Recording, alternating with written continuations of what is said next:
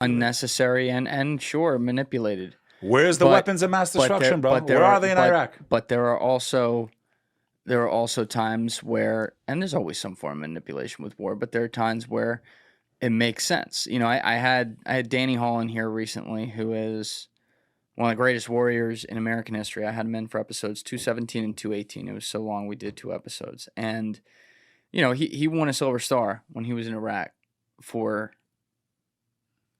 killing a lot of insurgents. Basically, like I think there was 57 in the battle. He went down in one ditch himself with no arms, and hand to hand, 1 on 18, took out 18. That's what won him the Silver Star. I saw that. Yeah. So a guy like that, and he's such a genuine great guy, and he doesn't like take pride in I killed so many people. Like he's not like you know? He's not like that.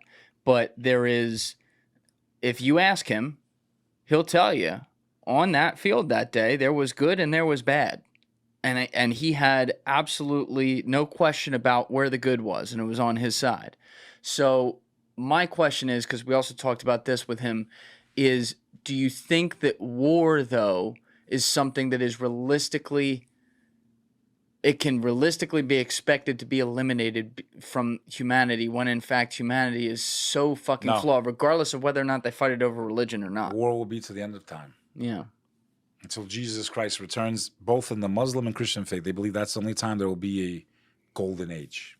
So every generation, Muslims believe that also. Every generation has to turn away from God then in some ways. So by your logic. So as far as conflict's concerned, I was never a fan of Saddam Hussein. Who put him in power? That's all I want to say. Who put him in power?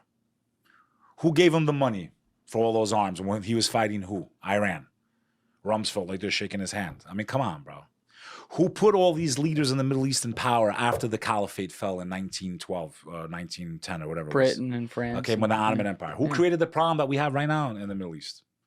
You gave one people their rights and their land. You left the other people that were living there, regardless of who had it first. They're there, they're living. I don't care about who's right or wrong there. Both are wrong. Yeah. Both are paying the price. Yeah. And it will not end well for them either. They might win the operation. They've lost the hearts and minds of so many people that supported them before. Yeah. I've advised them as friends. I have family that's of that faith. Friends of that faith. Like, this is not a good look for you guys. Oh, I have so many. This is not a good look. So many friends. Your who response. Say that. No one's knocking what happened to you, but your response was just too excessive, man. It's just too excessive. So that's what I'm fighting against, man. This hatred, this bias, this like, we're all gonna have to answer, man, and we're all gonna pay the price. And all of us have blood on our hands, and may God have mercy on all of us. Here's another great line from a former episode. I had Eric Zuliger in here for episodes 163 and 164. Shout out Eric. And that's your boy. So he has a great line where he says, "People are not their governments."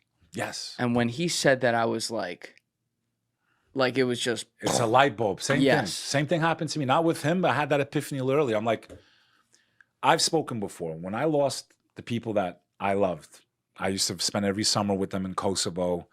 I saw them in 96. The conflict started in 97. There's 28 family members in the I never saw them again. Right. Okay.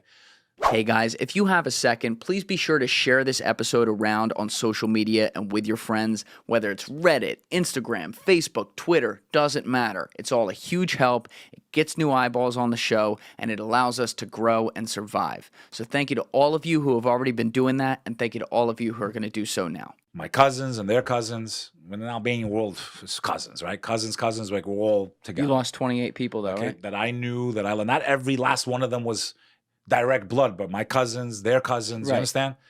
Every summer I spent with them. They were my family every summer. They taught me how to speak Albanian, about the history, about the culture.